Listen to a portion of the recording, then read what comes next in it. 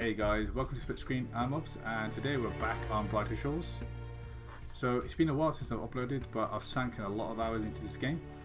So much so that I am now ranked 150 for Scout in the game. And I've seen a few comments on the video, a few social media posts and feedback online about the game. It's not bad, it's not good, it's not like RuneScape. So I think as I'm ranked and I've thrown a lot of hours into the game, it's about time I give you my view, what's good, what needs to be improved about the game. Okay, so if we start with the good, there's a lot of good. I think a lot of people are forgetting this game is a beta game. It's not released, it's still being worked on. It's not meant to have been released, it's been released early, and not everything is there. There are features that are missing that are planned to be introduced, like player trading. But I think this is also a benefit because the creator has been doing so many updates, some overnight, listening to the community feedback, and it's helped shape the game. And it's interesting because in RuneScape I felt that a lot of feedback was ignored and fell on deaf ears, whereas here it's been listened to quite quickly and actioned. So you can now move around and navigate with the minimap that's been added in an update. Leaderboards, which was a request from players, has been added. So there's leaderboards for your total level, your area, and your each of the skills. And there's some other things that have been added, so I think that's quite good. The other thing that I quite like is the episodic sort of story. So there's 4 areas: Hope Port, Hope Forest, Mine, and Chronopolis.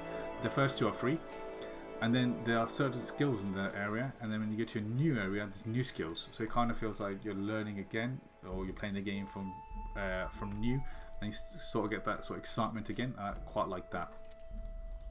The other things, or the last 2 things, which I think are quite good and different or unique compared to RuneScape, is to do with combat. So the first one is pass actions.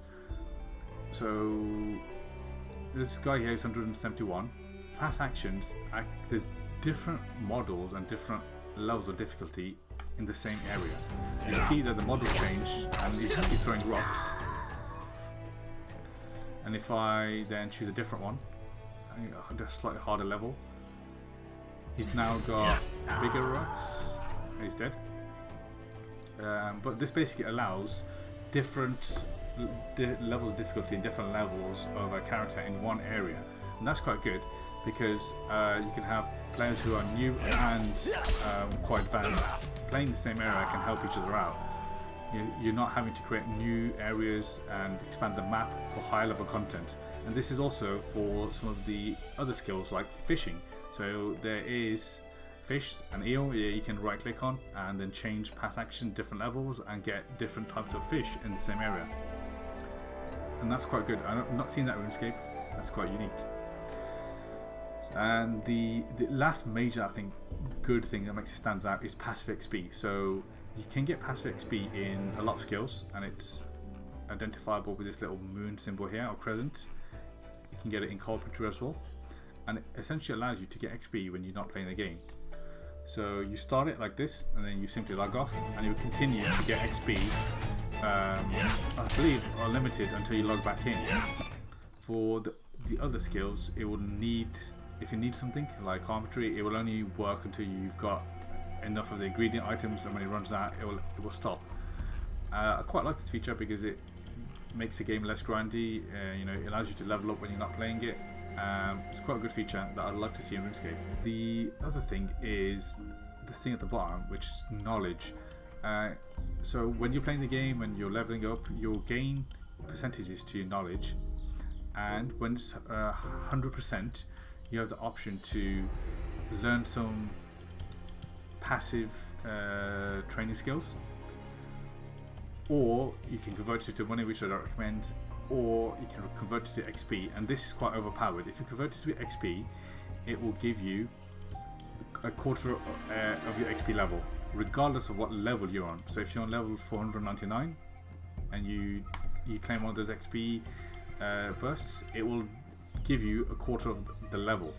So if you don't like a certain skill, you can level that up by never playing it by simply using the knowledge bursts. Quite like that addition. Okay, so now if we focus on the bad, or maybe the areas to improve with this game, it begins with combat. So the combat is quite boring. It's quite simple. You blink and then there's nothing else to it. It needs to be improved. It needs to be a bit more to it. I know there's special attacks, but they're not in the game yet, so I hope to see those. That could spice the game up.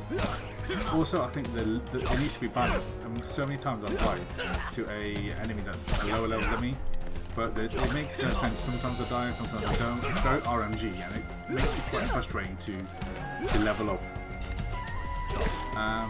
And I think the other things to improve are mostly around the multiplayerness of it. So it's a MMORPG, but you can't follow anyone. So I've had times where someone's helping me in a quest and I've had to manually click and drag a click to follow them, which has been frustrating. And also these rooms are instants, so it only allows a certain number of people in, so it doesn't overflow. That does mean if you sometimes leave and you walk around and come back, you can go into a new instance. And that's happened to me when someone's helping me and I've lost them. So I think that needs some fine tuning.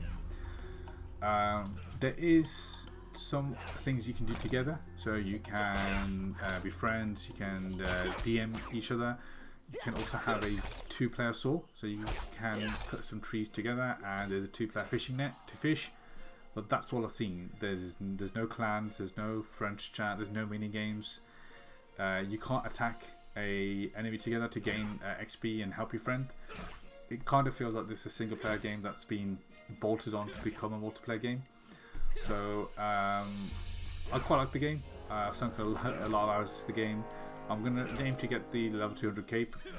I'm not sure if I'll play any further as the other 2 stories are paid premium pass. I'm going to continue to keep an eye on the updates that Andrew posts on his Twitter and see where the game goes. But thank you guys. I'll end it there. Thank you for watching and take care.